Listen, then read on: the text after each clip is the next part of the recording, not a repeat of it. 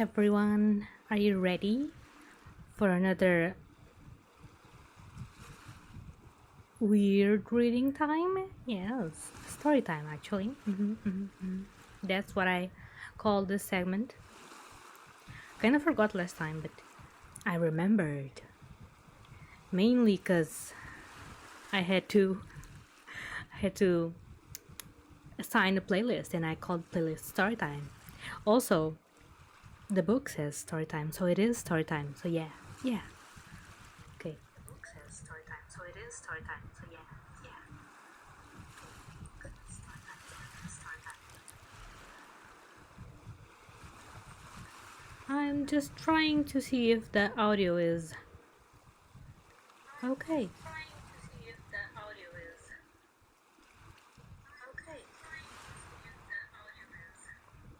I think it's okay. It's fine. It's okay. It's daijobu. So putting the phone there because I probably won't need it. Okay. Shall we start? I guess I could make what? Oh, there you are. The OBS disappeared for a moment.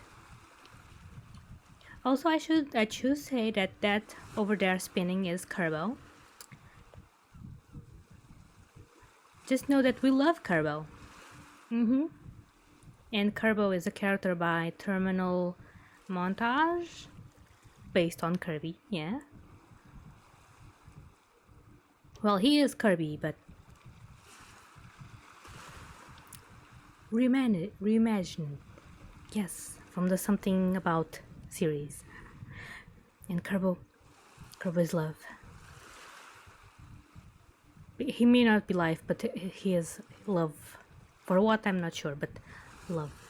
Okay, so the Mound. So last time we went to the Mound thingy. We discovered an artifact which had some interesting carvings. One being Cthulhu. We also stand Cthulhu. Cthulhu is love. Cthulhu is life. And I guess now we went back and found a door because we dug on the mount thingy. Now, was that what happened, or am I just confused? I do not know. I think that's what happened. You cannot tell me otherwise. Okay, let me just position my window thingy. Also, we now have a command you can use to get the link to the story. Yeah, that's what the exclamation point story is. You can get the link and read along, or just read on your own, whatever you want. I may be too scared for you. Okay, so let's reread the last sentence we read last time. So, Zamakana camped twice, building a fire whose smoke seemed well taken care of by the natural ventilation. At what he considered the end of the third day, though his cocksure guesswork, chronology? Oh, it was not us that went to the cave, it was Zamakana. Naruhodo, I remembered wrong. Okay.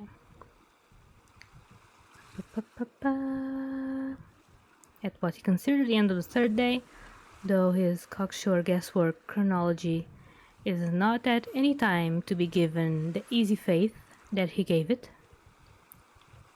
Zamakana encountered the prodigious descent and subsequent prodigious climb which Charging Buffalo had described as the tunnel's last phase. As at a certain earlier points, marks of artificial improvement were discernible, and several times as the steep gradient was eased by a flight of rough-hewed steps. The torch showed more and more of these monstrous carvings on the walls, and finally the resinous flare seemed mixed with a fainter and more diffusive light as Zemacona climbed up and up the last downward stairway. How do you climb up and up if you're going down?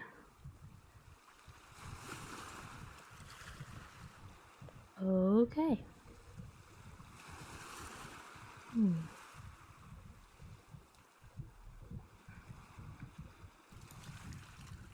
What?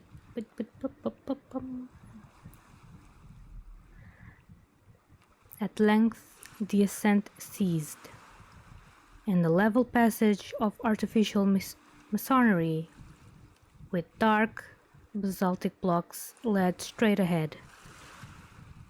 There was no need for a torch now, for all the air was glowing with a bluish, quasi-electric radiance that flickered like an aurora. Hello, Vincent. How you doing? How's life, wife, and the kids? And are you feeling better today? I saw that you were streaming. Better yet, I was lurking. I do not understand anything about programming. But you seem to be having fun. But how are you feeling? Doing goodish? Good. Nice. How am I? That's very smooth, Vincent. Very smooth, yes. Well, I'm good. It's a bit hot today. Just a bit. Also, I upgraded the OBS thingy. The program. I was 2 versions behind. Let's see if that solves my issue of OBS just going kaboom. We'll only see next week. Well, hopefully next week. I have not yet checked the weather. Now we have to check the weather to plan our schedule, which is a pain in the butt. Oh, people be coming. Gonna be muting for a moment. Small moment.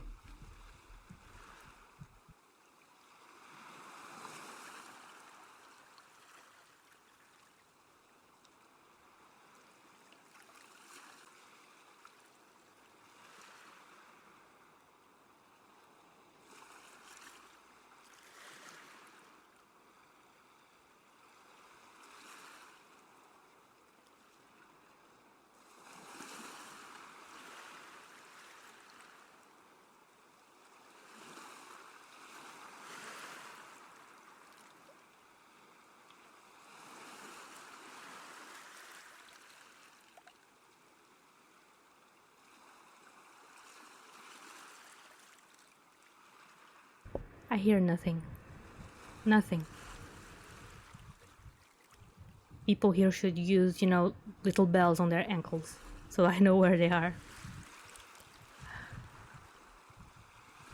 Hello, Victor. It's been a hot minute. Hello. I'm doing good.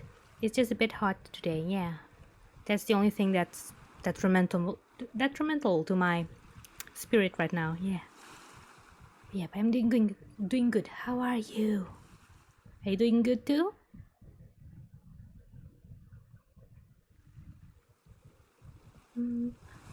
Also, Vincent too?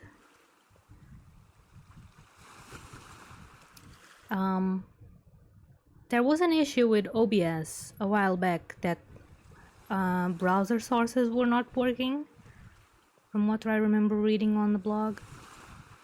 So maybe updating OBS would solve your issues with you know, the sound alerts. Maybe.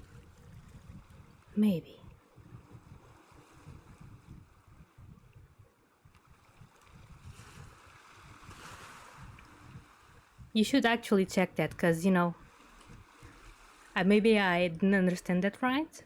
But yeah, it was something about Chromium or something not working properly after a certain update. Yeah. Good to know. I've been dying things. You've been dying? No. Why?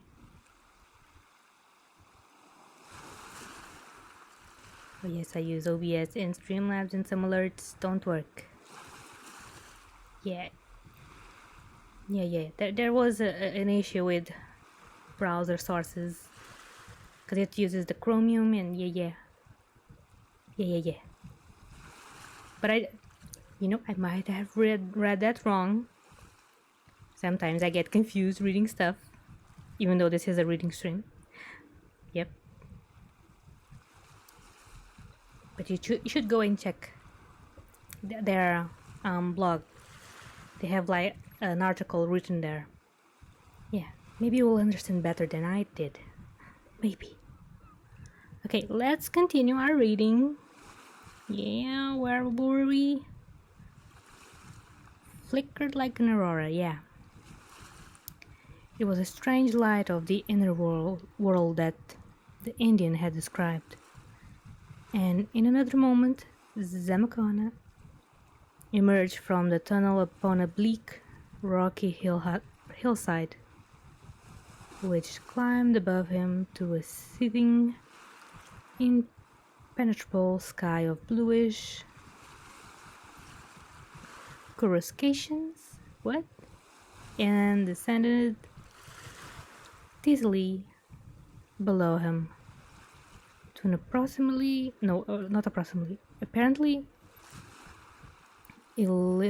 illimitable plain shrouded in bluish mist.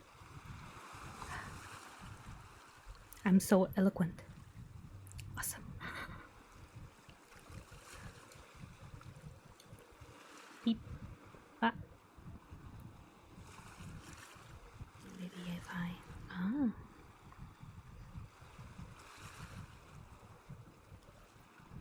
He had come to the unknown world at last. And from this manuscript it is clear that he viewed the formless landscape as proudly and exaltedly as ever his fellow countrymen. Balboa viewed the Newfoundland Pacific from that unforgettable peak in Darien. I have a good voice for reading. Too bad I don't have the skills for reading. Too bad. Well, I don't have them yet. Maybe if I read like 10 books, I'll be better. Maybe. Kylla has a great voice for anything.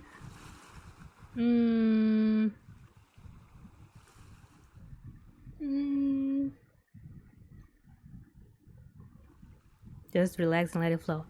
Hi. In due time, it shall get there, right? It will get there. Maybe. It would be easier if this was, written in modern English, perhaps. Perhaps. Yes. It's the story's fault, not mine. Okay. Don't get sidetracked, Kylla. No.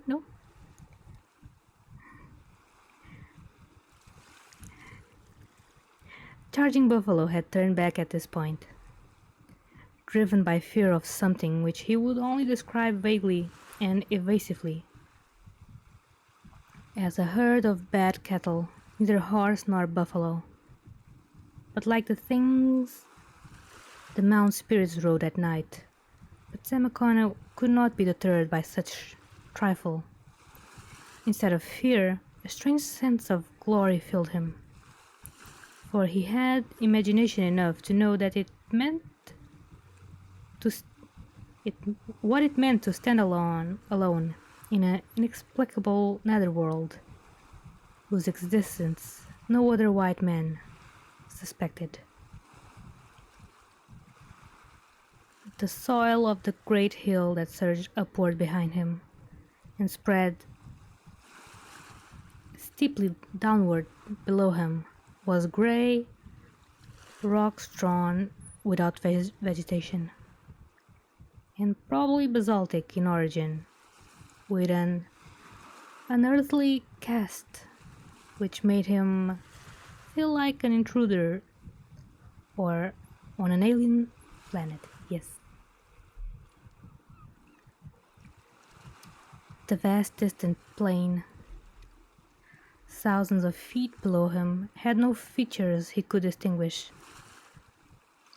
especially since it appeared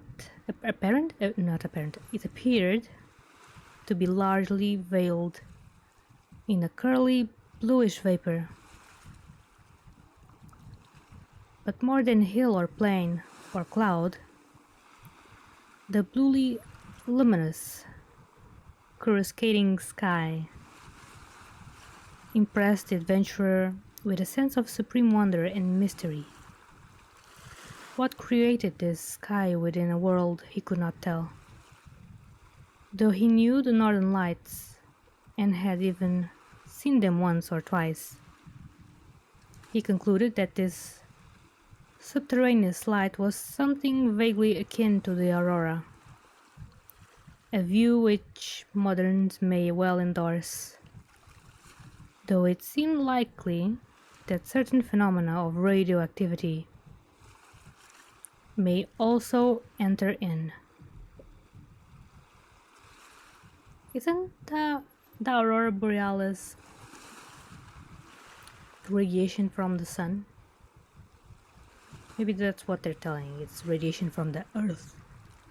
Maybe that's what they're implying. Anywho. At Sam O'Connor's back, the mouth of the tunnel he had traversed. What? At Sam O'Connor's back, the mouth of the tunnel he had traversed yawned darkly. Oh. Defined by a stone doorway, very like the one he had entered in the world above, save that it was of grayish black basalt instead of red sandstone. There were hideous sculptures, still in good preservation, and perhaps corresponding to those of the outer portal which time had largely weathered away. Also, hello, Ness. Hello. How are you doing?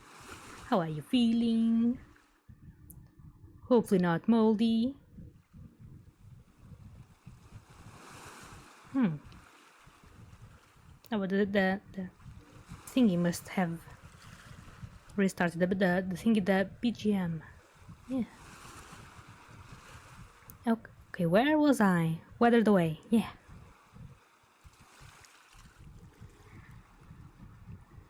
The absence of weathering here argued a dry, temperate climate.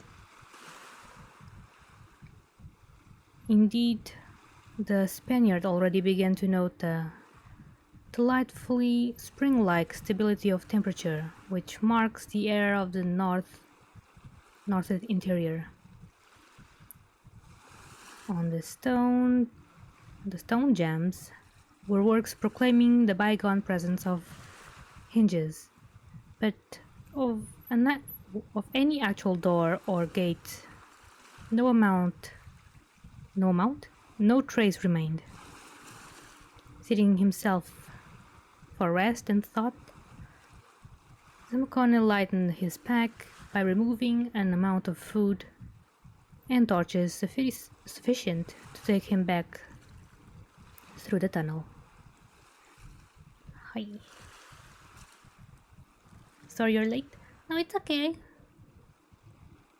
I'm happy you're here, even if you're late. It's okay. It's okay.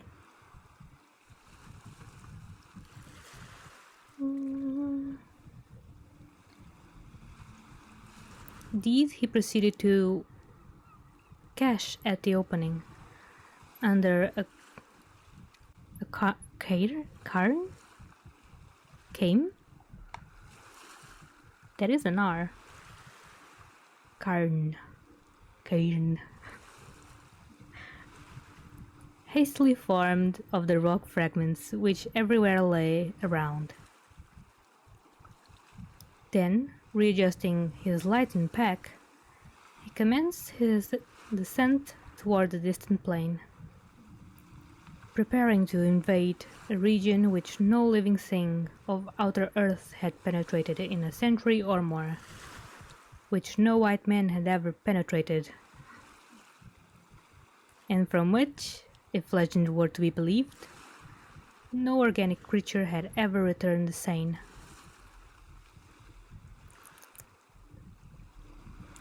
Let's drink water, yes, just a bit.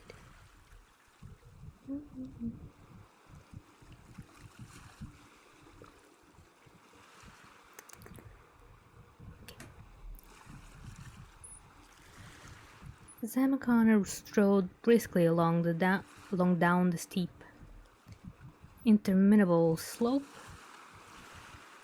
his progress checked at times by the bad walking that came from loose rock fragments, or by the excessive precipitous. It comes from precipice, I think. Yes, let's go with that. Of the great.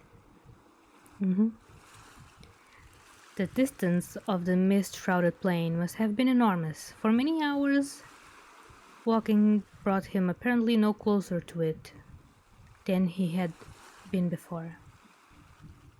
Behind him was always the great hill, stretching upward into a bright, aerial sea of bluish coruscations.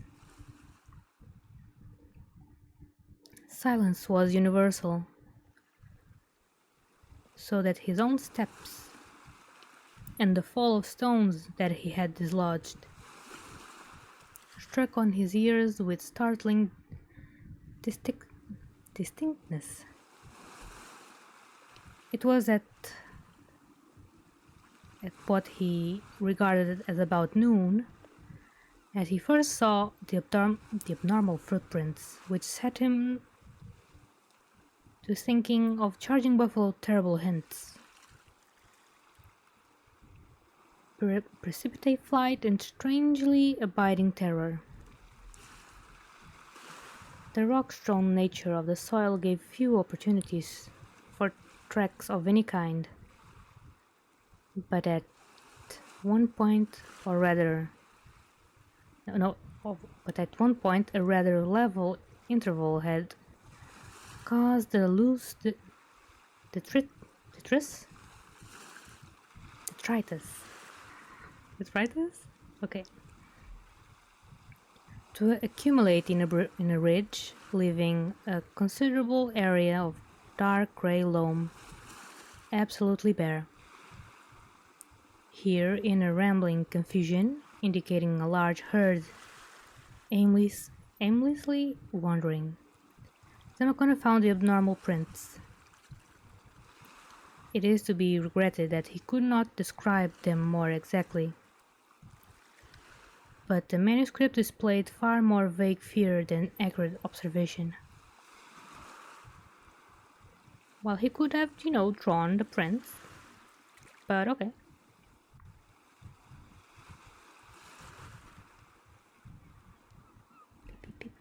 Just what it was that so frightened the Spaniard can only be inferred from his later hints regarding the beasts.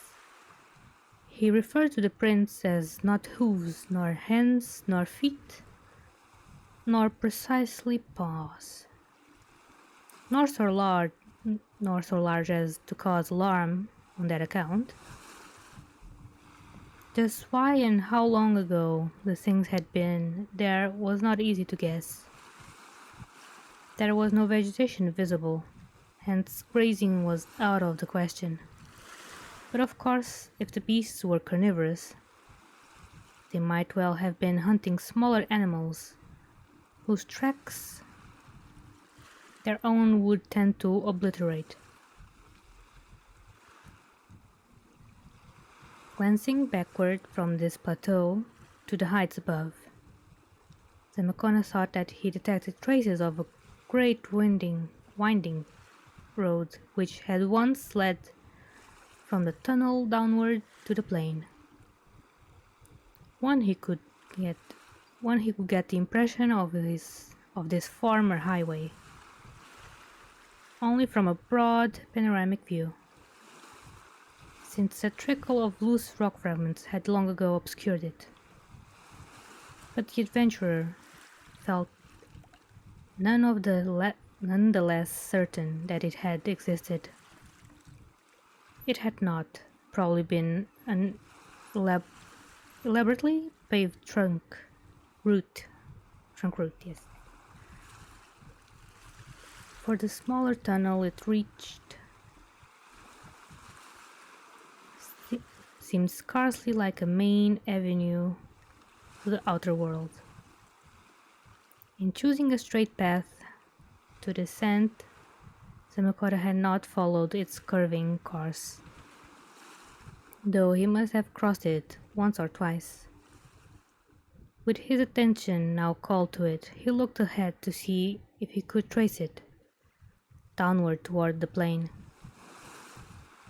And this he finally thought he could do. He resolved to investigate its surface when next he crossed it, and perhaps to pursue its line for the rest of the way, if he could distinguish it. Yes. Hi.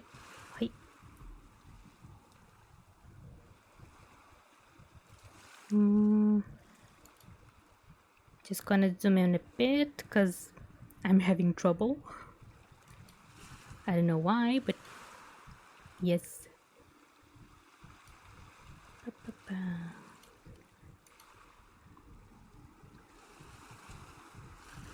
That's not what I read. Did I make a mistake? No.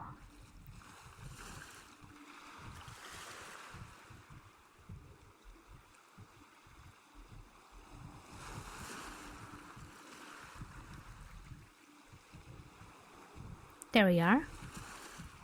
Okay.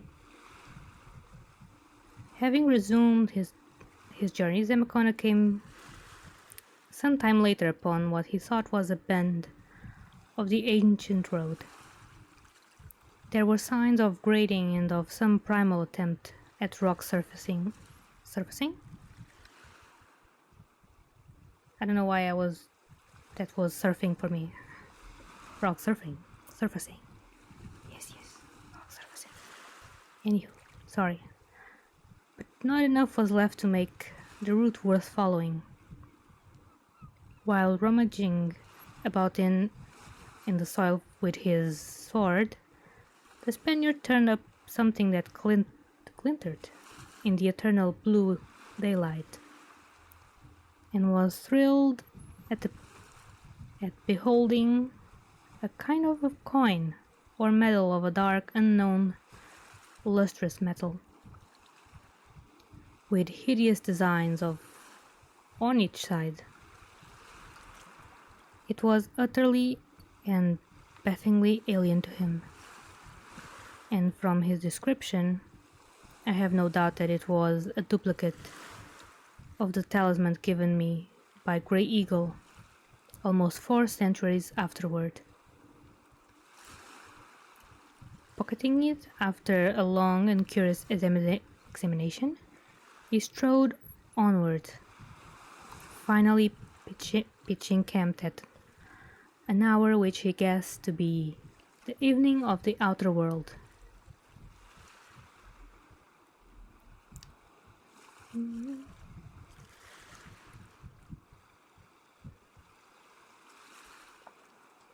The next day, Zamakona rose early and resumed his descent through this bluish lit world of mist and desolation and preternatural silence. As he advanced, he at last became able to distinguish a few objects on the distant plain below. Trees, bushes, rocks, and a small river that came into view from the right and curved forward at a point to the left of his contemplated course. This river seemed to be spawned by a bridge connected with the descending roadway. And with care, no, not with care. Yes, with care. And with care, the explorer could trace the route of the road beyond it in a straight line over the plain. Finally, he even thought he could detect towns scattered along the rectilinear ribbon, towns whose left-hand edges reached the river and sometimes crossed it. Where such crossings occurred, he saw as he descended there were always signs of bridges, either ruined or surviving. He was now in the midst of a sparse grassy vegetation and saw that below him the growth became thicker and thicker. The road was easier to define now, since its surface discouraged the grass which the looser soil supported. Rock fragments were less frequent, and the barren upward vista behind him looked bleak and forbidding in contrast to the present milieu.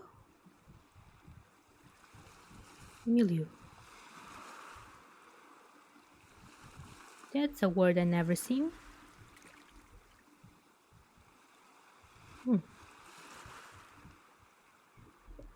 It was on this day that he saw the blurred mass moving over the distant plain. Since his first sight of the sinister footprints, he had met with no more of these, but something about the slowly and deliberately moving mass peculiarly sickened him. Nothing but a herd of grazing animals could move just like that. And after seeing the footprints, he did not wish to meet the things which had made them. Still, the moving mass was not near the road, and his curiosity and greed for fabled gold were great. Besides, who could really judge things from vague jumbled footprints, or from the twisted hints of an ignorant Indian? Perhaps you should, dude, perhaps you should. In straining his eyes to view the moving mass, Zamakona became aware of several other interesting things. One was that certain parts of the now unmistakable towns glittered oddly in the misty blue light. Another was that besides the towns, several similarly glittering structures of a more isolated sort were scattered here and there along the road and over the plain. They seemed to be embowered in clumps of vegetation, and those off the road had small avenues leading to the highway. No smoke or other signs of life could be discerned about any of the towns or buildings. Let me just make a mark.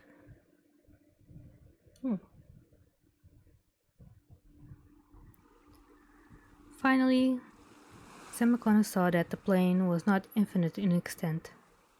Though the half-concealing blue mists had hitherto made it seem so. It was bounded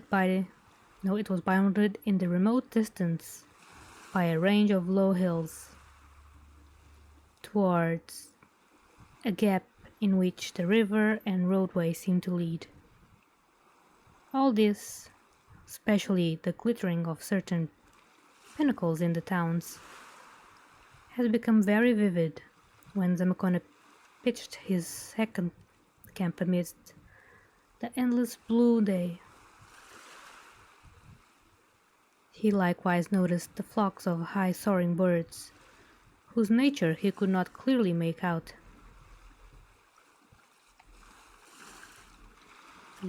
I'm gonna make a guess. I'm gonna guess that all the animals here have human faces. Weirdly distorted human faces, because that's what I imagine a dystopian cave to look like. Yes.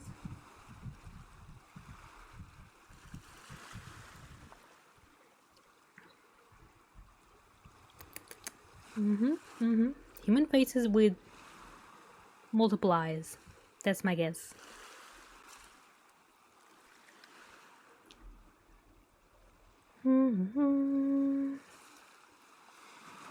Mark a line here.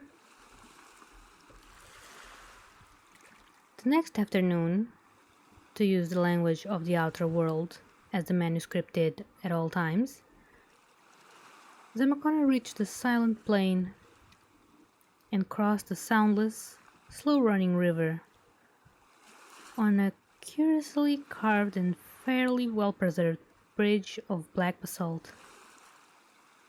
The water was clear and contained large fishes of a wholly strange aspect. I'm gonna guess they all have multiple eyes, yes? How to make something creepy? Dozens of eyes. The roadway was now paved and somewhat overgrown with weeds and creepy vines, and its course was occasionally outlined by small pillars bearing obscure symbols. On every side of the grassy level extended. God damn it, I moved this. Shall we? With here and there a clump of trees or shrubbery, and with unidentifiable bluish flowers growing irregularly over the whole area. Now and then some spasmodic motion of the grass indicated the presence of serpents. In the course of several hours, the traveler reached a grove of old and alien-looking evergreen trees, which he knew, from distant viewing, protected one of the glittering roofed isolated structures. Glittering, yes. Amidst the encroaching vegetation, he saw the hideously sculpted pylons of a stone gateway leading off the road, and was presently forcing his way through briars above a moss-crusted, tessellated walk lined with huge trees and low, monolithic pillars.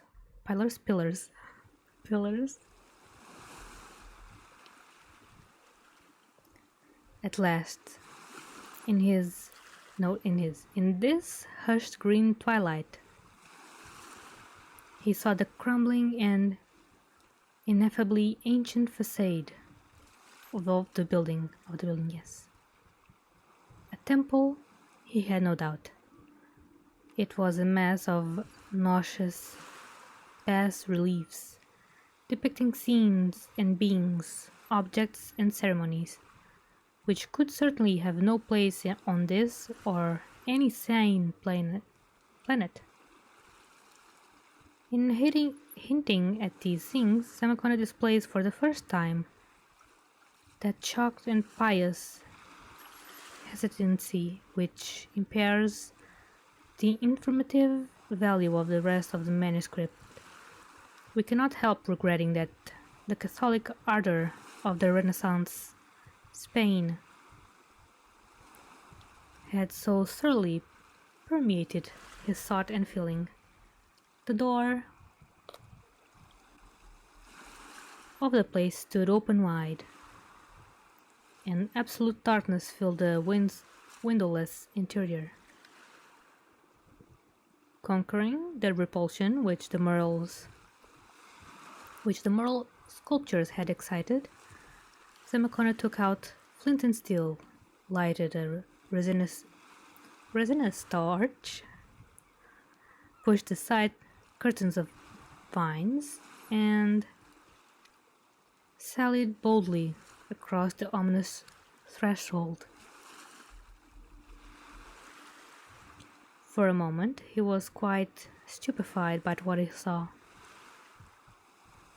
It was not the all-covering dust and cobwebs of immemorable aeons. The fluttering wings sings, the shrieking, loathsome sculptures on the walls, the bizarre form of the many basins and braziers, the sinister pyramidal altar, with a hollow top, or the monstrous octopus-headed abnormality in some strange dark metal, leering and squatting broodingly on its hieroglyphed pedestal, which robbed him of even the power to give a startled cry. It was nothing so unearthly as this, but merely the fact that, with the exception of the dust, the cobwebs, the winged things, and that gigantic emerald idol, every particle of substance in sight was composed pure and evidently solid gold. Pure and evidently solid gold. Wow. A gold Cthulhu. Much good. 100% would take and be cursed for life. Yes.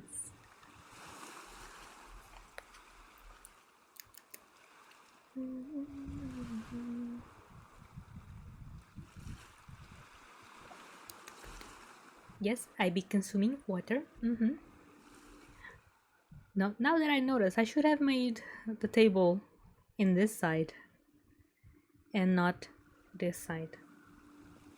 It would make more sense, but anywho. Now, even the manuscript written in retrospect, after Zemekone knew that the gold is the most common structural metal of another world, containing limitless lodes, right? Yes, and veins of it, reflects the frenzied excitement which the traveler felt upon suddenly finding the real source of all the Indian legends of golden cities. For a time, the power of detailed observation left him, but in the end his faculties were recalled by a peculiar tugging sensation in the pocket of his doublet. Tracing the feeling, he realized that the disc of strange metal he had found in the abandoned road was being attracted strongly by the vast octopus-headed, emerald-eyed idol in the pedestal, which he now saw to be composed of the same unknown exotic metal.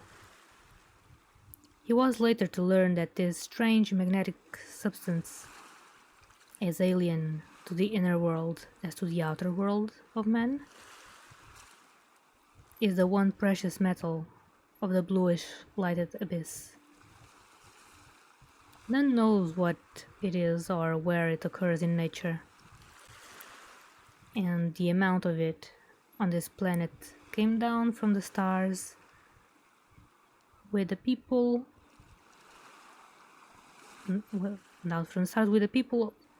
when Great Cthulhu, the octopus-headed god, brought them for the first time to this earth.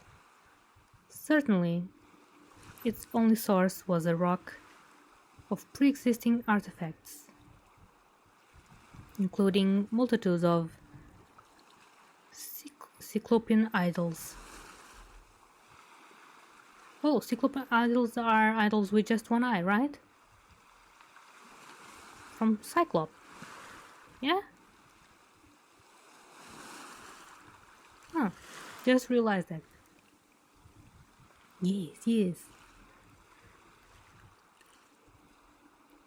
You think so? Well, if we are mistaken, no one will tell us because there's no one here to tell us. Maybe. No one that knows, at least. Okay. Cyclops. It could never be placed or analyzed, or even its magnetism was exerted only on its own kind. It was the supreme ceremonial metal of the hidden people, its use being regulated by custom in such a way that its magnetic properties might cause no inconvenience. A very weakly magnetic alloy of it, with such metals as iron, gold, silver, copper, or zinc, had formed the sole monetary standard of the hidden people at one period of their history.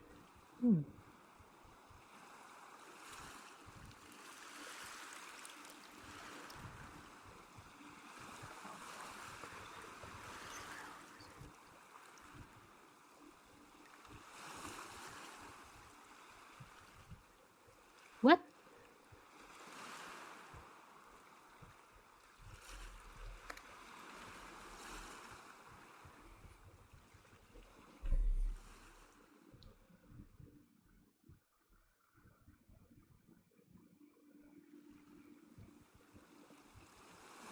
You lost me there, Vincent. You lost me there.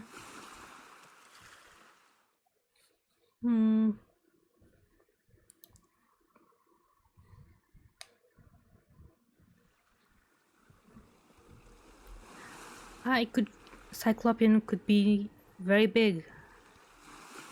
Huh.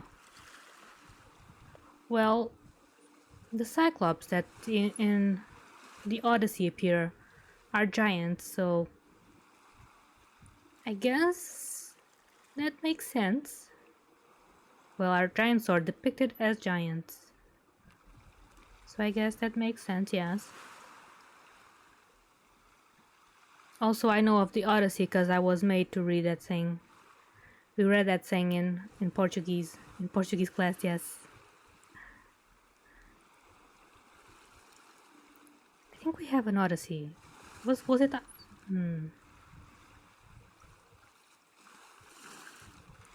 I think our Odyssey, the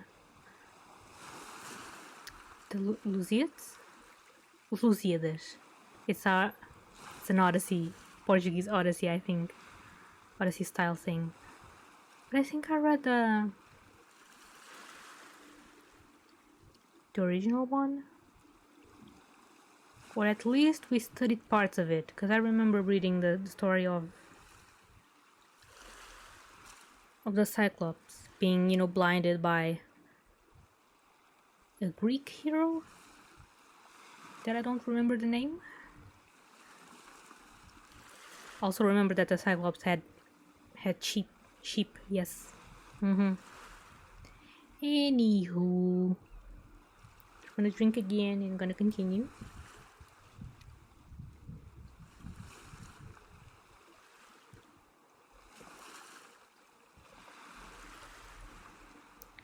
Semiconductor's reflections on the strange idol and its magnetism were disturbed by a tremendous wave of fear.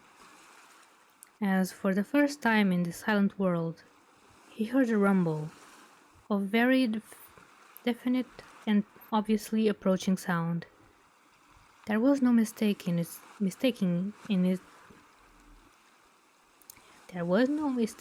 nature. It was thunderously charging herd of large animals, and remembering the Indians' panic, the footprints, and the moving mass distantly seen, the Spaniard shuddered in terrified anticipation. He did not analyze his position or the significance of the onrush of great lumbering beings, but merely responded to an elemental urge towards self-protection. Charging herds do not stop to find victims in obscure places, and on the outer earth, Semiconductor would have felt little or no alarm in such a massive grove-girt edifice. Some instinct, however, now bred a deep and peculiar terror in his soul, and he looked about frantically for any means of safety. There being no available refuge in the great gold patterned interior, he felt that he must close the long disused door, which still hung on its ancient hinges, doubled back against the inner wall. Soil, vines, and moss had entered the opening from outside, so that he had to dig a path for the great gold portal with his sword. But he managed to perform this work very swiftly, under the frightful stimulus of the approaching noise.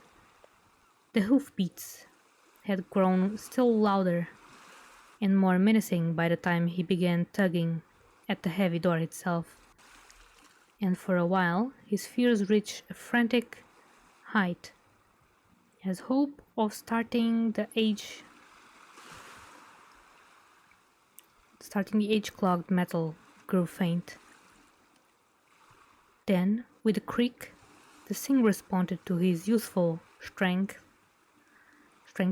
and a frenzied siege of pulling and pushing ensued. Amidst the roar of unseen stampeding feet, success came at last, and the ponderous golden door clanged shut, leaving Zamacona in the darkness for the single lighted torch he had wedged between the pillars of a basin tripod. There was a latch, and the frightened man blessed his patron saint that it was still effective. Sound alone told the fugitive the sequel. When the roar grew near, it resolved itself into separate footfalls.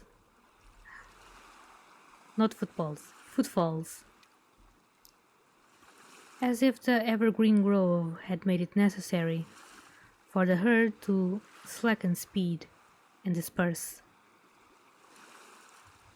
But feet continued to approach, and it became evident that the beasts were advancing among the trees, encircling the hideously carved temple walls. In the curious deliberation of their tread, Zamakona found something very alarming and repulsive. Nor did he like the scuffing sounds which were audible even though the thick stone walls and heavy golden door. Once the door rattled ominously on its archaic hinges, as if under heavy impact. But fortunately it still held. Then, after a seemingly endless interval, he heard retreating steps and realized that his unknown visitors were leaving. Since the herds did not seem to be very numerous, it would have perhaps been safe to venture out within a half an hour or less, but Zamakona took no chances. Opening his pack, he prepared his camp on the golden tiles of the temple floor. With the great door still securely latched against all corners. No, against all comers, not corners. Drifting eventually into a sounder sleep than he could have known in the blue-lit spaces outside. He did not even mind the hellish, octopus-headed bulk of the great Cthulhu, fashioned of unknown metal and leering with fishy, sea-green eyes, which squatted in the blackness above him, on this monstrously hieroglyphed pedestal. Surrounded by darkness, for the first time since leaving the tunnel, Zamakona slept profoundly and long. He must have more than made up the sleep he had lost in his 2 previous camps, when the ceaseless glare of the sky kept him awake despite his fatigue. For much distance was covered by other living feet, while he lay in his healthy, dreamless rest.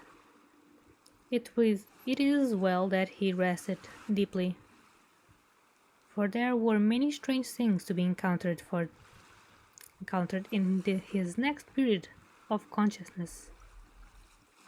Okay, that is the end of chapter 3. Drink more water.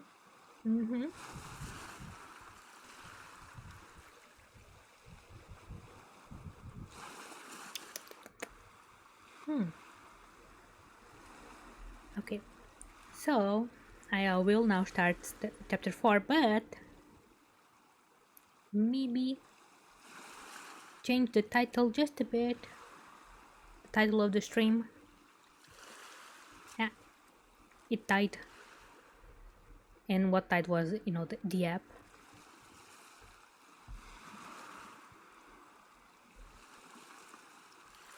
Okay, chapter 4. There we go.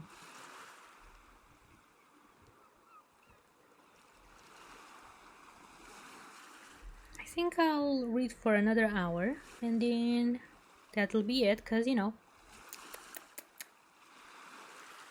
is a bit taxing. Also, I'm not very confident in my reading. I know you guys say it's fine, but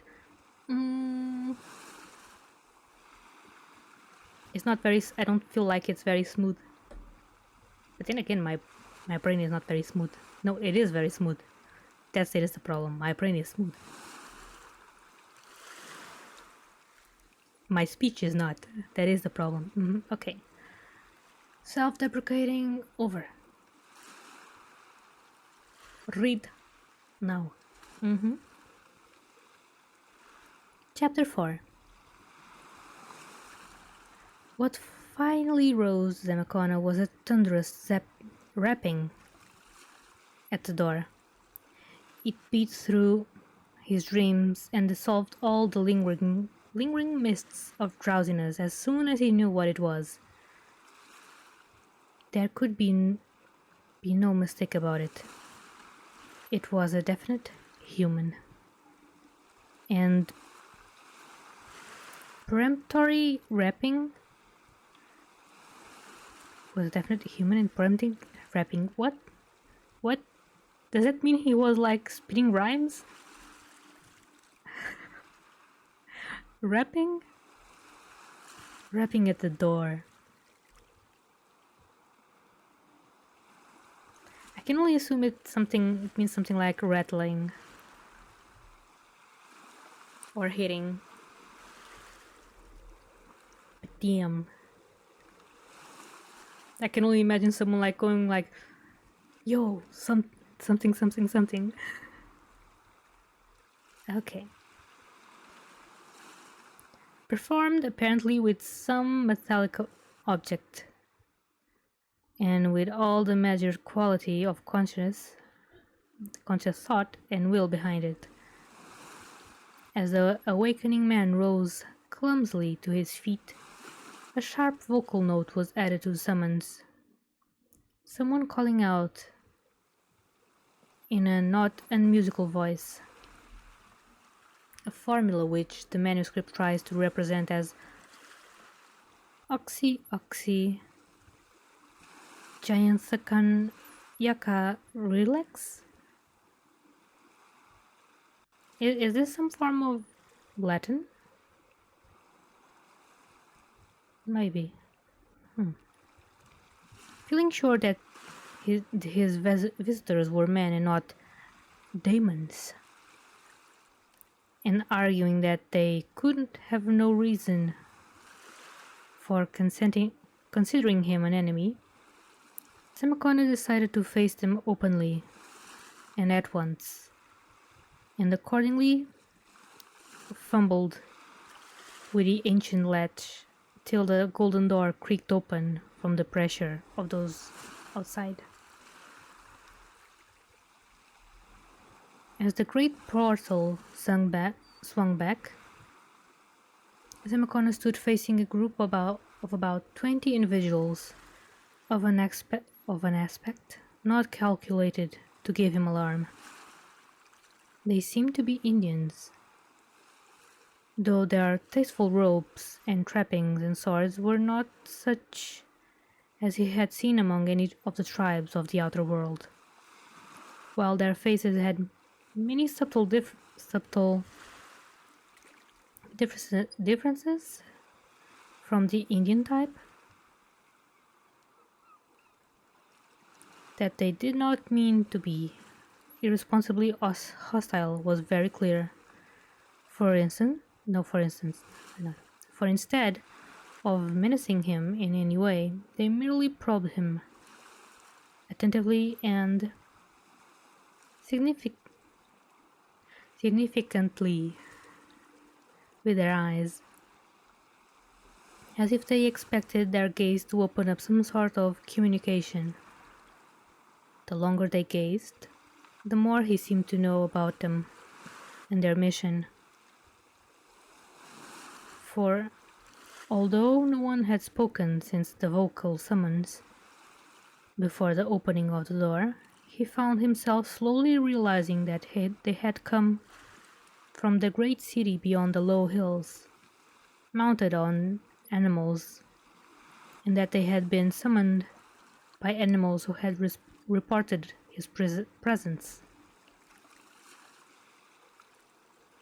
That they were not sure what kind of person he was, or just where he had come from, but that they knew he must be associated with that dimly remembered outer world, which they sometimes visited in curious dreams. How he read all this in the gaze of the 2 or 3 leaders, he could not possibly explain, though he learned why a moment later.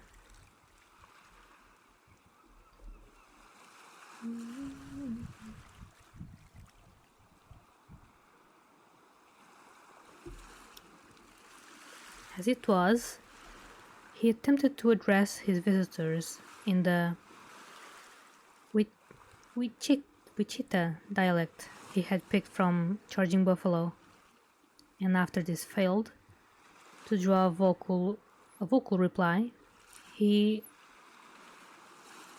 successfully tried the Aztec, Spanish, French, and Latin tongues, adding as many scraps of lame Greek, Galician, and Portuguese. Oh, he spoke Portuguese. I mean, he is a Spaniard. He most likely can, say some Portuguese words. Of course, makes sense. And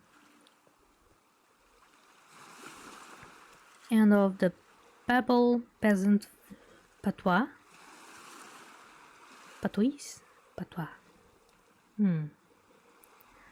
of his native Asturians, as his memory would recall.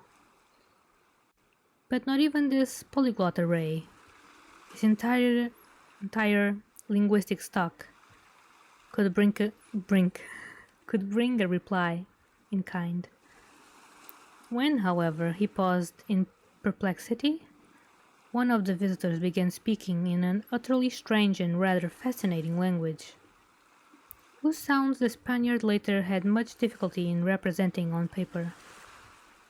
Upon his failure to understand this, the speaker pointed first to his own eyes, then to his forehead, and then to his eyes again, as if commanding the others to gaze at him in order to absorb what he wanted to transmit. Also, they're telekinetic people, kinda. Yeah, I said. Zamacona, obeying, found himself rapidly in possession of certain information. The people, he learned, conversed nowadays by means of unvocal radiations of thought, although they had formerly used a spoken language which still survive as the written tongue, and into which they still drop orally for tradition's sake, or when strong feeling demanded a spontaneous outlet. He could understand them merely by concentrating his attention upon their eyes, and could reply by summoning a mental image of what he wished to say, and throwing the substance of this into his glance.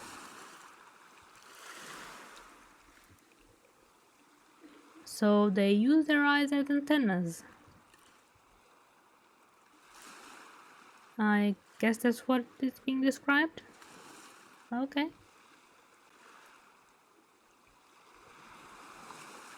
When the thought speaker paused, apparently inviting a response, Zamacona tried his best to follow the prescribed pattern, but did not appear to succeed very well, so he nodded and tried to describe himself and his journey by signs. He pointed upward, as if to the outer world, then closed his eyes and made signs as of a mole burrowing.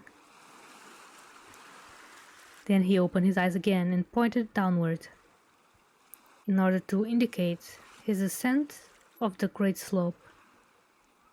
Experimentally, he blended a spoken word or two with his gestures, for example, pointing successfully to himself and all of his visitors and saying un hombre, and then pointing to himself alone, and very carefully pronouncing his individual name, Pánfilo de Zamacona. Before the strange conversation was over, a good deal of data had been passed in both directions. Zamacona had begun to learn how to throw his thoughts, and had likewise picked up several words of the region's archaic spoken language. His visitors, moreover, had absorbed many beginnings of an elementary Spanish vocabulary. Their own their own old language was utterly unlike anything the Spaniard had ever heard.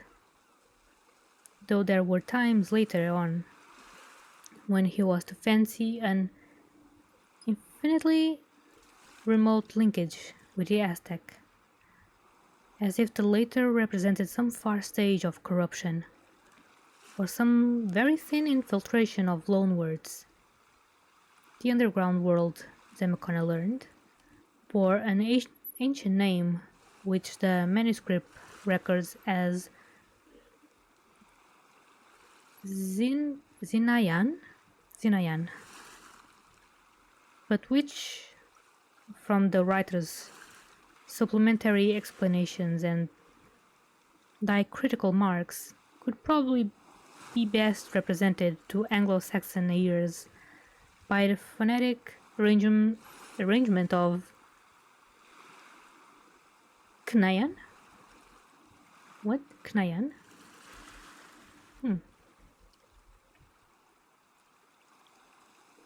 It is not surprising that this preliminary discourse did not go beyond the merest essentials, yes. But these essentials were highly important. Zemacona learned that the people of Knayan were almost infinitely ancient, and that they had come from a distant part of the space, where physical conditions are much like those of the Earth. All this, of course, was legend now, and one could not say how much truth it was in it, or how much worship was really due to the octopus-headed being Tulu, who had traditionally brought them hither and whom they still revered for aesthetic reasons.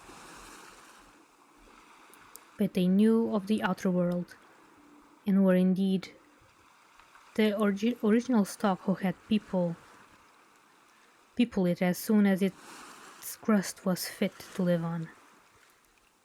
Between glacial ages, they had had some remarkable surface civilizations, especially one that at the South Pole, near the mountain Kadath.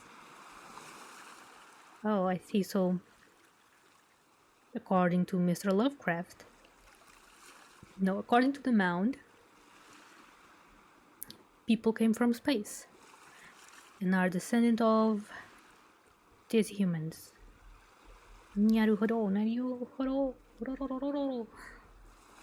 Slurring my words left and right.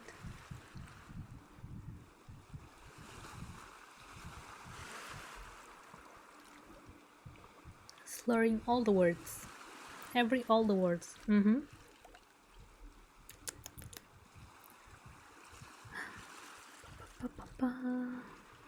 At some time, infinitely in the past, most of the outer world had sunk. What? At some time, had sunk beneath the ocean, so that only a few refugees remained to bear the news of Kanayan. This was undoubtedly due to the wrath of space devils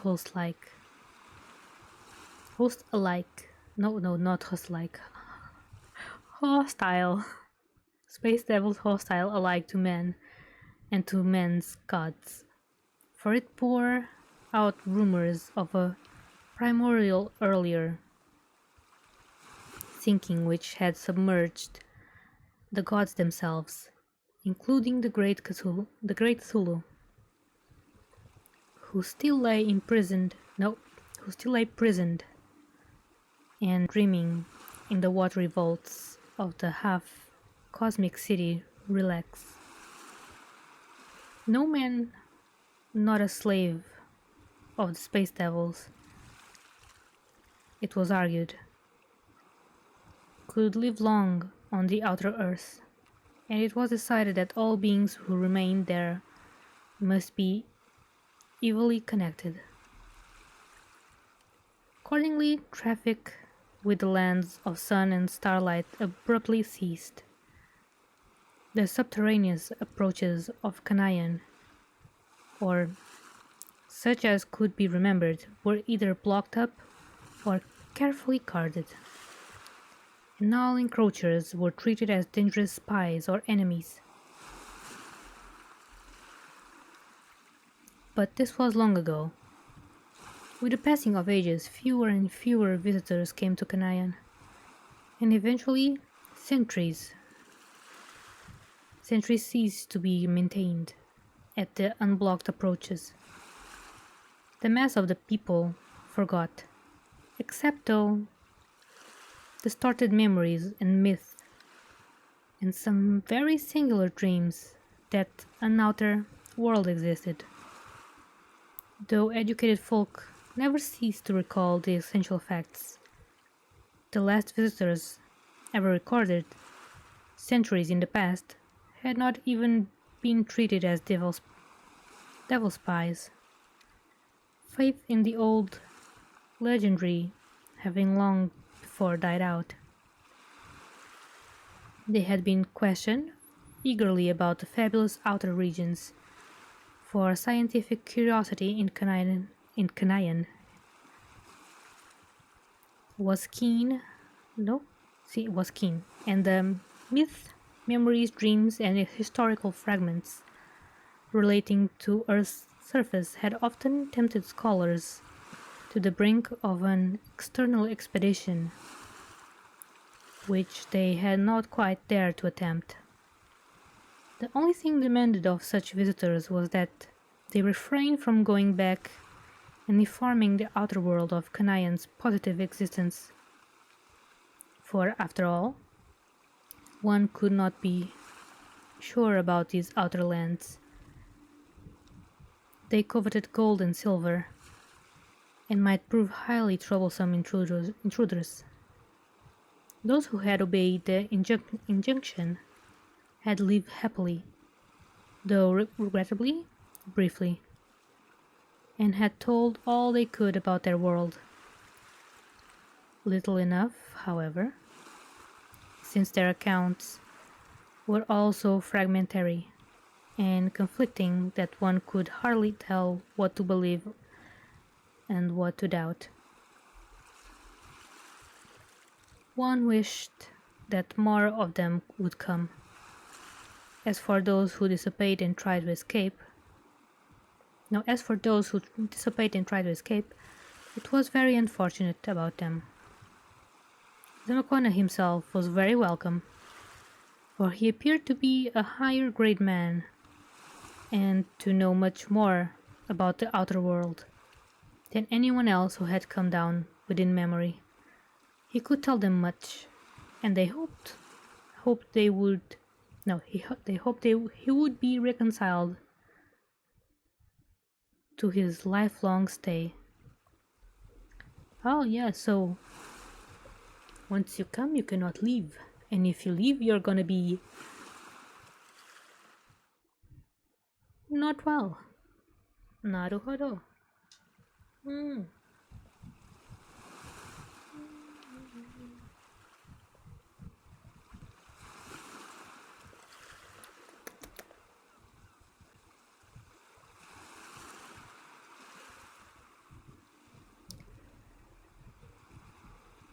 Mm-hmm.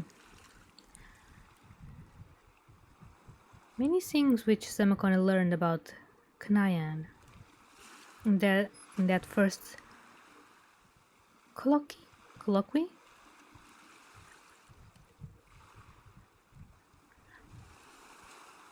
Well, I know what it is, I don't know how to say it. I think in Portuguese it's colloquio.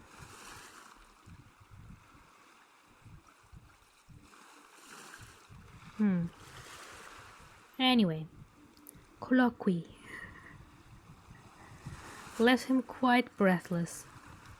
He learned, for instance, that during the past few thousand years, the phenomena of old age and death had been conquered, so that man no longer grew feeble or died, except through violence or will.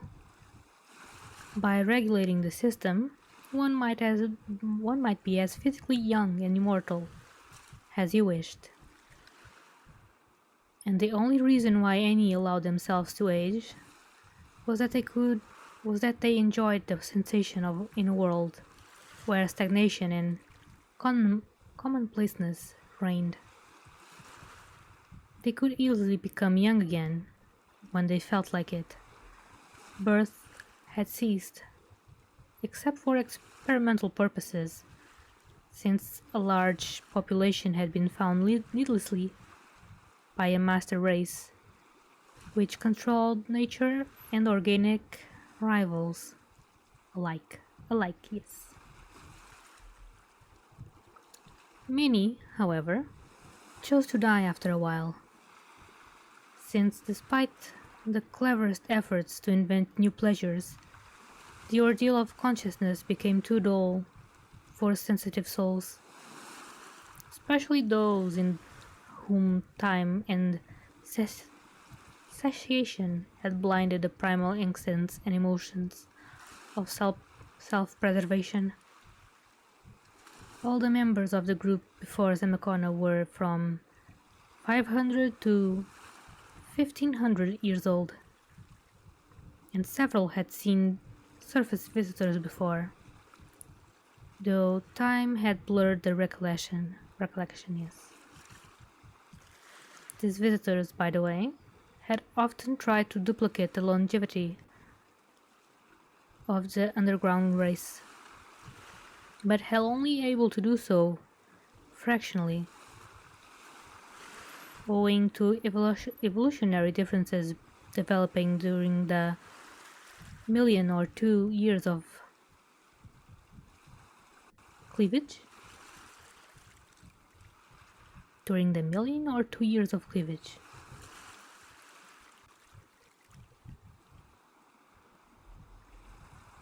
Don't quite understand that.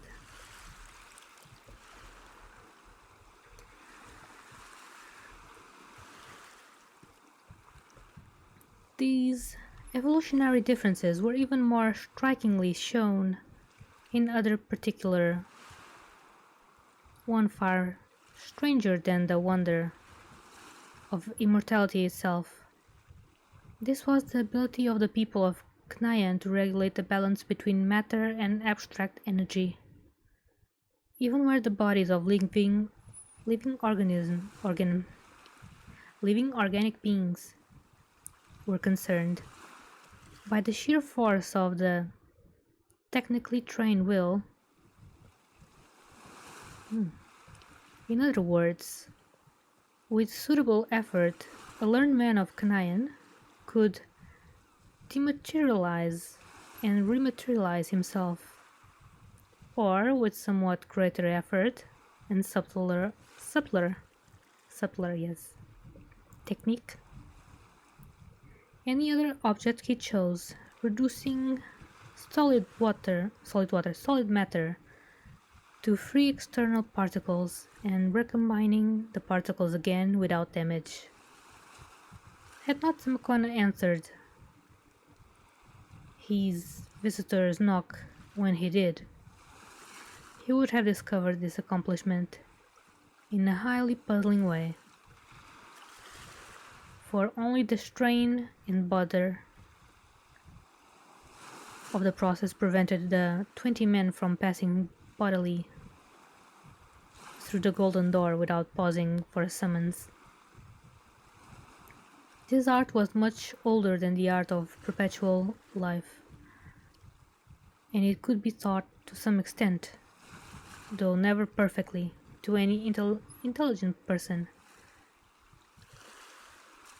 Rumors of it had reached the outer world in past aeons, surviving in secret traditions and ghostly legendary. The men of Knyan had been amused by the primitive and imperfect spirit tales brought down by outer-world stranglers. Stranglers? Stragglers, not stranglers. In practical life, this principle had certain industrial applications, but was generally suffered to remain neglected neglected through lack of any particular incentive to its use. Its chief surviving form was in connection with sleep. When, for excitement's sake, many dream connoisseurs resorted to it to enhance the vividness of their visionary wanderings. I think I'm reading this a bit wrong.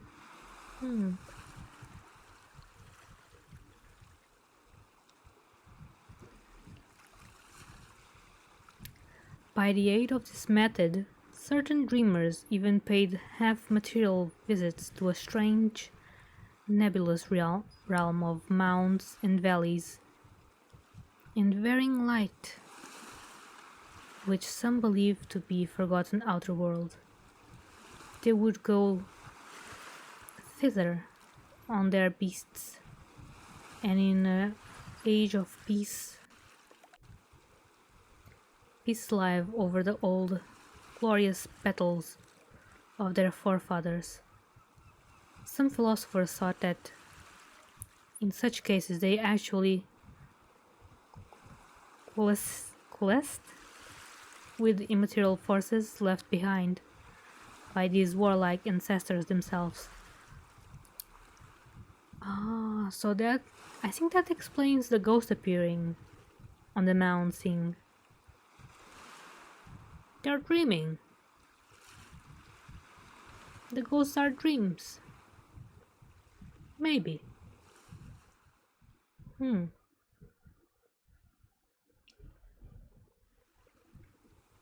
More water.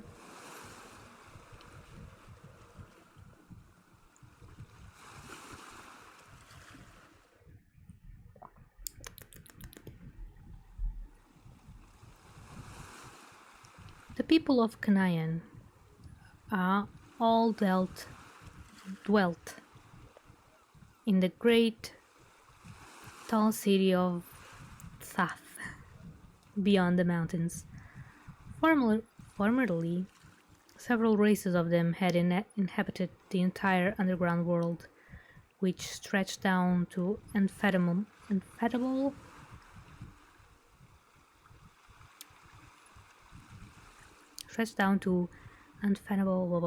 abysses, and which included, besides the blue Lytton region, a red Lytton region called Yoth, where relics of a still older and non-human race were found by archaeologists. In the course of time, however, the men of Tsa had conquered and enslaved the rest, interbreeding them with certain horned and four-footed animals of the red Lytton region, whose semi-human leanings were very peculiar, and which thought containing a certain artificially created element may have been part the degenerate descendants of those peculiar entities who had left the relics. As aeons passed and mechanical discoveries made the business of life extremely easy, a concentration of people of Tsa took place, so that all the rest of Canaan became relatively deserted. I'm not sure if I understand what I just read, but okay.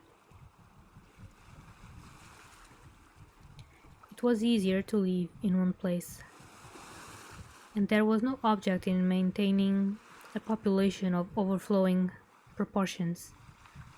Many of the old mechanical devices were still in use, though others had been abandoned when it was seen that they failed to give pleasure, or that they were not necessary for a race of reduced numbers whose mental force could govern an extensive array of inferior and semi-human industrial organisms. This extensive slave class was highly composite, being bred from ancient conquered enemies, from outerworld stragglers, from dead bodies, contin- no, from dead bodies curiously gal- galvanized into effectiveness, and from the natural inferior members of the ruling race of Tsa. The ruling type itself had become highly superior through selective breeding and social evolution. The nation having passed through a period of idealistic industrial democracy which gave equal opportunities to all, and thus, by raising the naturally intelligent to power, drained the masses of all their brains and stamina. Industry being found fundamentally futile except for the supplying of basic needs and the gratification of inescapable yearnings, had become very simple. Physical comfort was ensured by an urban mechanization of standardized and easily maintained pattern, and other elemental needs were supplied by scientific agriculture and stock raising. Long travel was abandoned, and people went back to using the horned, half-human beasts instead of maintaining the profusion of gold, silver, and steel transportation machines, which had once threaded land, water, and air. Semakona could scarcely believe that such things had ever existed outside of dreams, but was told he could see specimens of them in museums. He could also see the ruins of other vast magical devices by traveling a day's journey to the valley of Tohna, to which the race had spread during its period of greatest numbers. The cities and temples of this present plane were far more archaic were of a far more archaic period, and had never been other than religious and antiquarian shrines during the supremacy of the men of Tsa. So, from what I can gather, they had cars and such, but were too lazy to maintain them, so now they still walk on human-like horses. In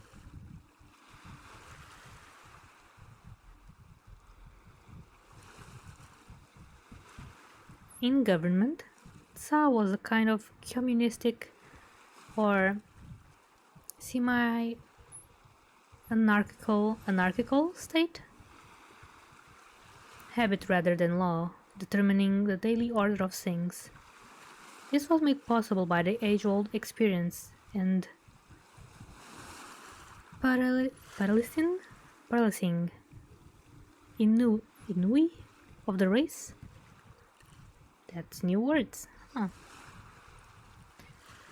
The race whose wants and needs were limited to physical fundamentals and to new sensations. An aeon-long tolerance, not yet undermined by growing reaction, had abolished all illusions of values and principles, and nothing but an approximation to custom was ever sought or expected. Okay, Vincent, grab something yummy. See you later, maybe, if I'm still here. Bye bye.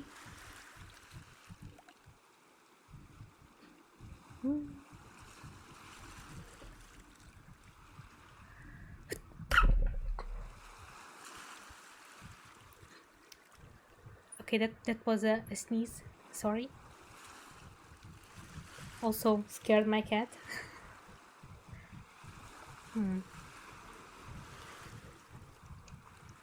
Scared my cat. Poor little single. Now where was I? I don't see.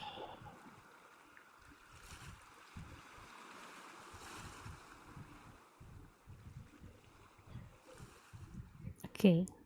Nothing but an approximation of the custom was ever sought or expected.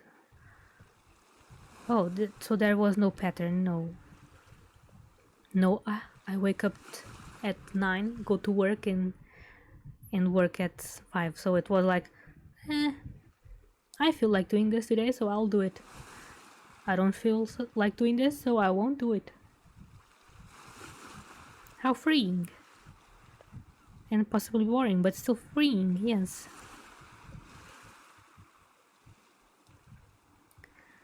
To see that the mutual encroachments of pleasure-seeking never crippled the mass life or the community, this was all that was desired. Family organization had long ago perished, and the civil and social distinction of sexes had disappeared. Daily life was organized in ceremonial patterns, with games, intoxication, torture of slaves. Oh, we do like that, yes, torture of slaves. Daydreaming, gastronomic, and emotional orgies. What? Emotional orgies? Wow. Religious exercises, exotic experiments, artistic and philosophical discussions, and the like as the principal occupations.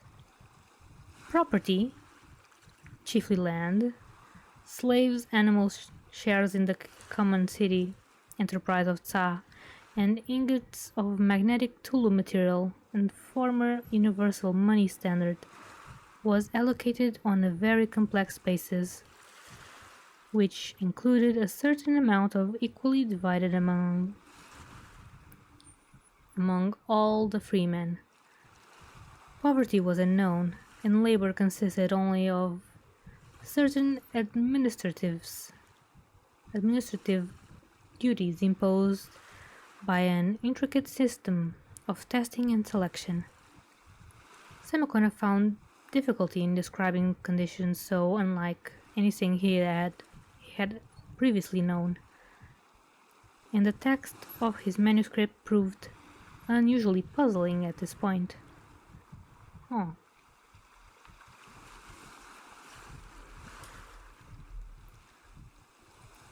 Art and intellect, it appeared, had reached very high levels in Sa, and had become listless and decadent.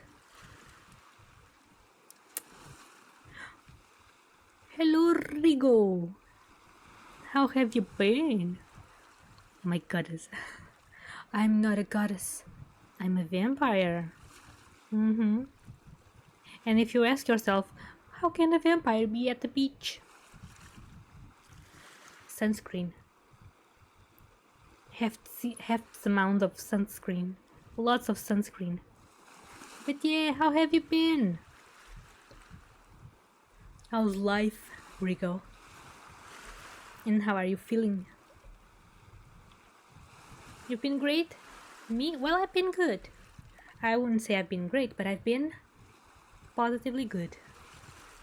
Thank you for asking. Yeah. Let me stretch.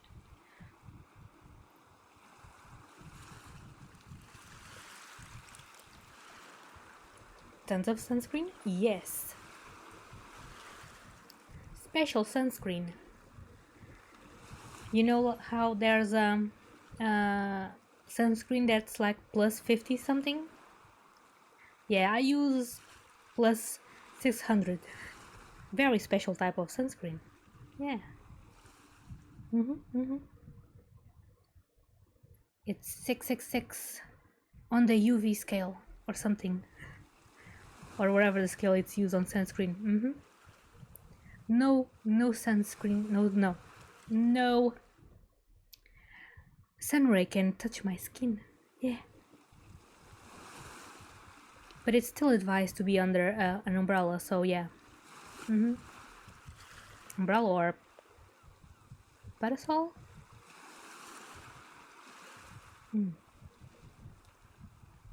But yeah. Also today I'm doing a reading. Yes, a wicked reading of the Mound. It's I'm very good at reading. Very good. I totally don't slur. I don't slur my words. No.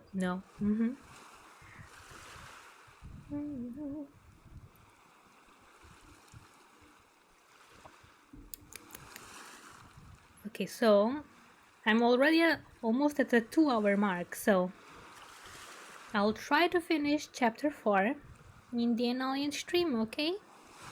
Okay? And I probably will see you tomorrow, because tomorrow is supposed to be not super hot. So yeah, although I'm not sure what I'm gonna do. Maybe try Hotline Miami again. Maybe. We'll see. Nothing like a good story with a great reader. Yes, you forgot the air quotes on great reader. Yeah, but it is a good story. It's interesting. Apparently, according to the Mound story by H.P. Lovecraft, humans came from the outer world. And we were brought here by the great Cthulhu. Yes, Cthulhu, aka Cthulhu. The octopus-headed monstrosity, yes. And honestly, makes sense. Okay, let me use. Oh, I did a bed.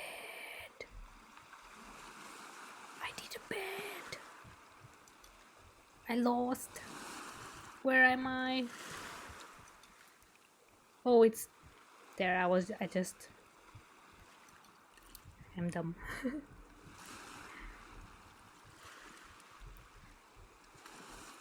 I just adjusted the zoom on the page.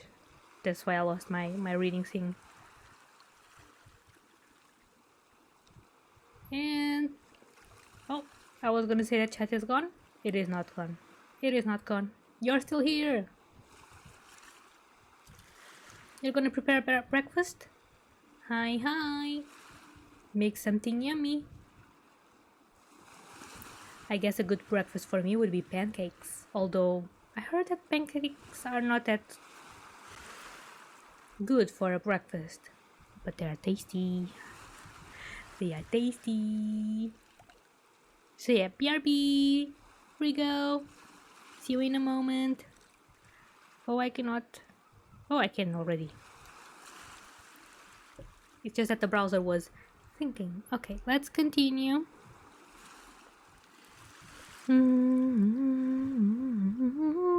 Where were we? I'm just gonna read the paragraph, the start again. Art and intellect, it appeared, had reached very high levels, but had become listless and decadent. The dominance of machinery had at one time broken up the growth of normal aesthetics, introducing a lifelessly geometrical tradition fatal to sound expression. This had soon been outgrown, but had left its mark upon all pictorial and decorative attempts, so that, except for conventionalized religious designs, there was little depth and feeling in any later work. Archaic reproductions, yes, of earlier work had been found much preferable for general enjoyment.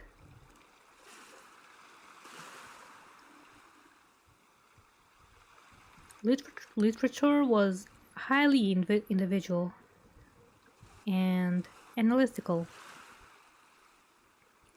So much, so much so as to be wholly incomprehensible to Zemkona.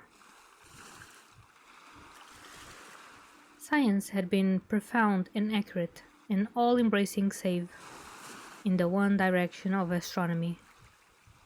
However, no. As of late, however, it was falling into decay as people found it increasingly useless to tax their minds by recalling its maddening infinitude of details and ramifications. It was thought more sensible to abandon the deepest speculations and to confine philosophy to conventional forms. Technology, of course, could be carried on by rule of thumb.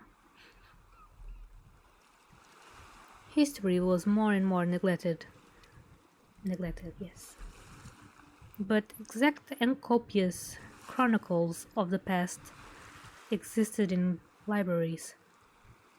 It was still an interesting subject, and there would be a vast number of rejoice at the fresh outer world knowledge brought in by Zamacona.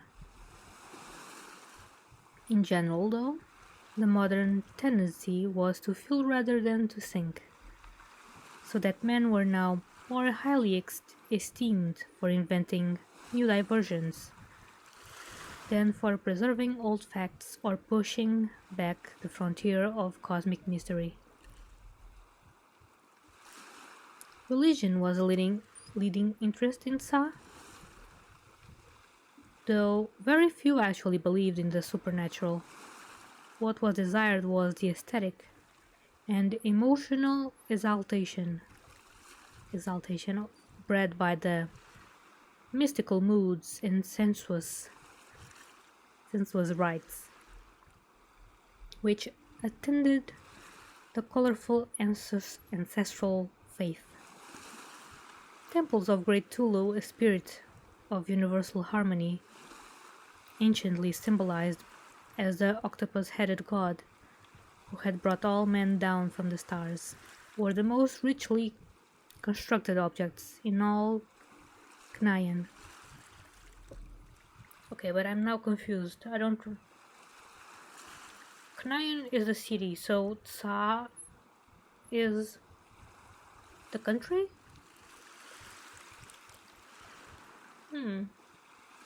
What is it? What is Tsa, another city?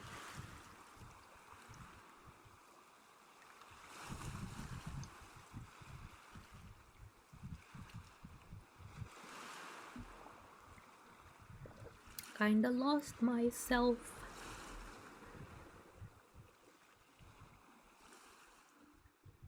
While the cryptid shrines of Yig, the principle of life symbolized as the father of all serpents, were almost as lavish and remarkable.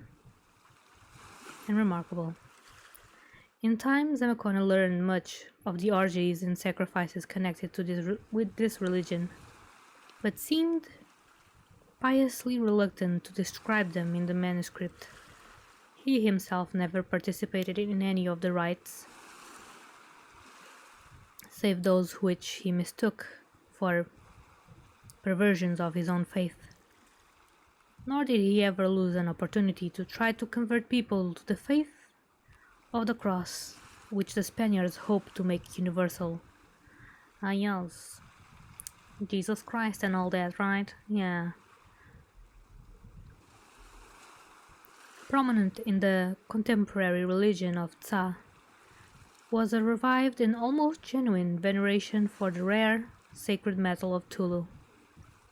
That dark, lustrous, magnetic stuff which was nowhere found in nature, but which had always been with men, in the form of idols and hieratic implements. From the earliest times of any sight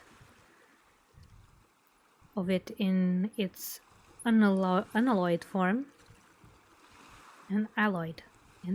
yes, and alloyed form had impelled respect, while all the sacred archives and litanies were kept in cylinders, raw, wrought, wrought of its purest substance.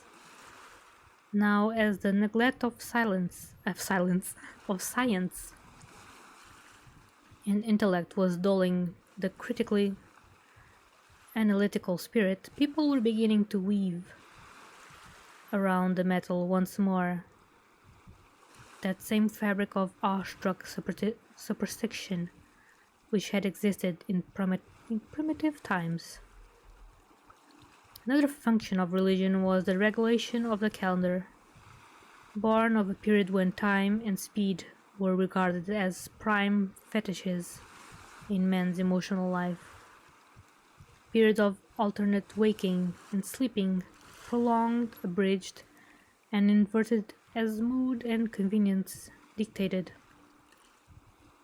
and timed by the tail beats of the great Yig, the serpent, corresponded very roughly to terrestrial days and nights, though Samakona's sensations told him they must be almost twice as long. The year unit measured by Yig's annual shedding of his skin was equal to about a year and a half of the outer world. Zamakona thought he had mastered this calendar very well when he wrote his manuscript, whence the conveniently given date of 1545. But the document failed to suggest that his assurance of this matter was fully justified.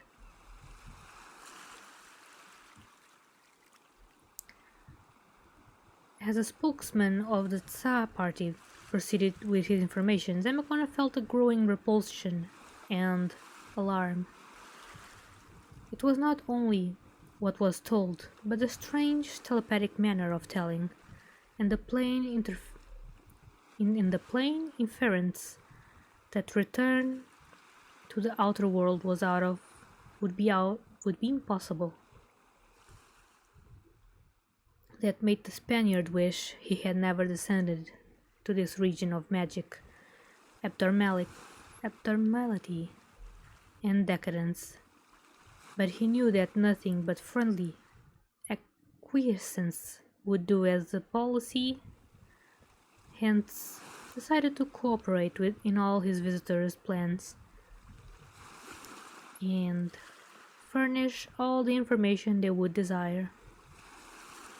They, on their part, were fascinated by the outer world data, which he managed haltingly to convey.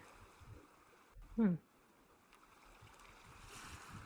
was really the first draw of reliable surface information they had since the refugees straggled back from Atlantis and Lemuria aeons before.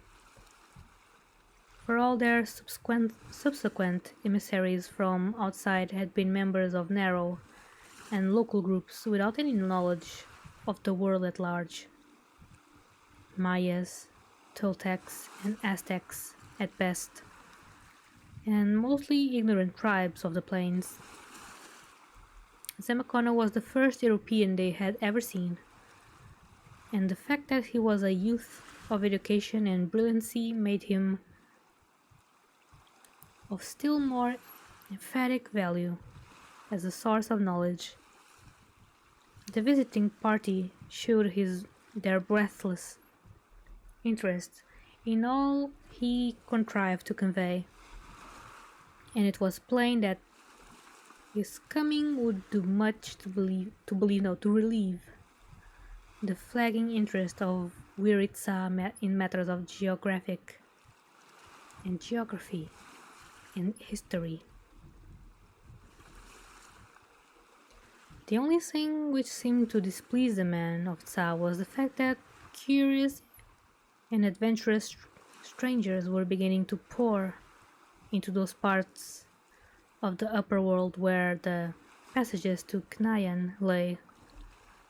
Zimmerconner told them of the founding of Florida and New Spain, and made it clear that great part of the world was stirring with the zest of adventures, Spanish, Portuguese, French, and English.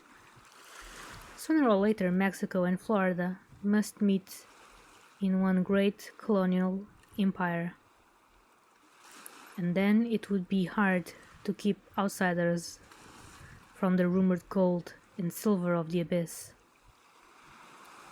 Charging Buffalo knew of Zamacona's journey into the earth. Would he tell Coronado, or or somehow let a report get to the great viceroy when he failed to find a traveler at the promised meeting place? Alarm for the continued secrecy and safety of Kanayan showed in the faces of the visitors.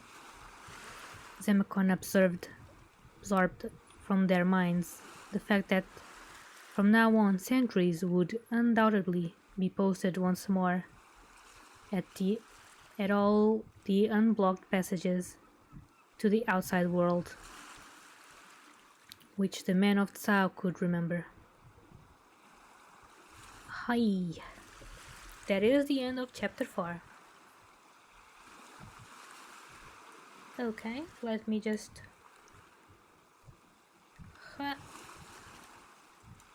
gonna take a picture because this is where I'm gonna be ending today. 2 chapters.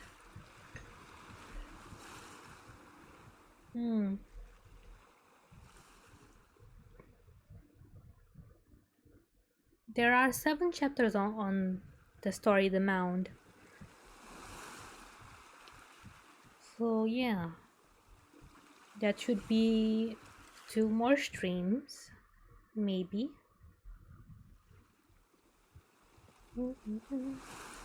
Hello, Poop Poop. Hello, Billy Bob. How are you?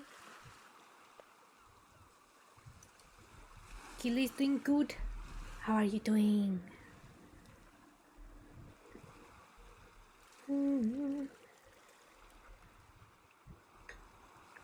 Okay. Phone does not tell me how many viewers. 4.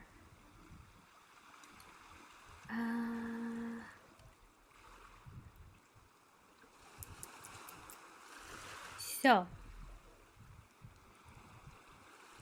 Kylla will be ending stream now because she has been reading for 2 hours, which in a sense is not a lot, but it is if you're reading non-stop. So yeah.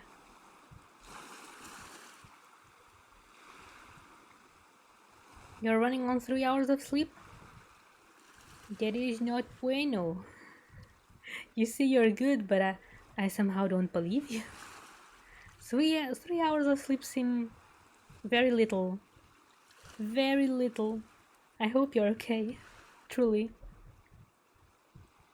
You should sleep more if possible. May you rest well today. Yes. Yes. Take a nap if possible. Yes.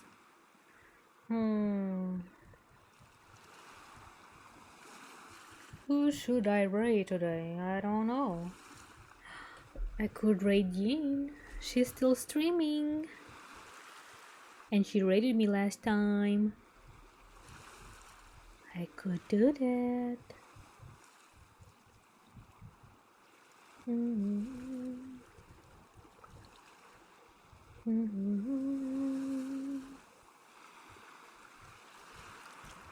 Let's do that. Yes, let's raid Yin.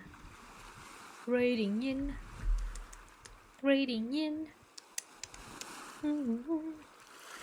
You normally sleep about 5 hours?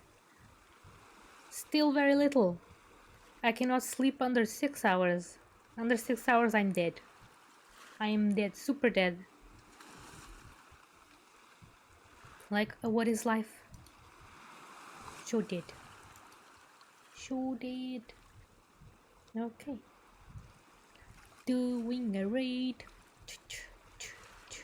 Doing a raid. Doing a raid. Now I need to type the name. Doing a raid. Doing a raid.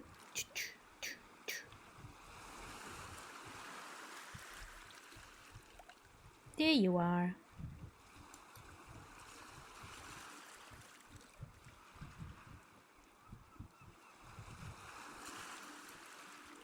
Small raid incoming. Be ready. Doing a raid. So guys, thank you so much. Thank you so much for coming to my scuff stream and listening to my scuff reading. The story is interesting. Too bad that I slur a lot. Yeah. But I had fun. And I'll see you again with this story next week. Hopefully. Still have to check the weather to know if I can stream or not, because you know, anything above 36 35 degrees is too hot. My computer will melt. So yeah. Bye bye Billy Bob, and bye bye chat. Kisses to all of you. Mwah. Say hello to Ying. She's a nice person. She bakes very nice cakes. Because that's what she was doing last time I checked. Because I did check her before stream. Okay, bye. Bye. Bye. Bye. Bye. Bye. Bye.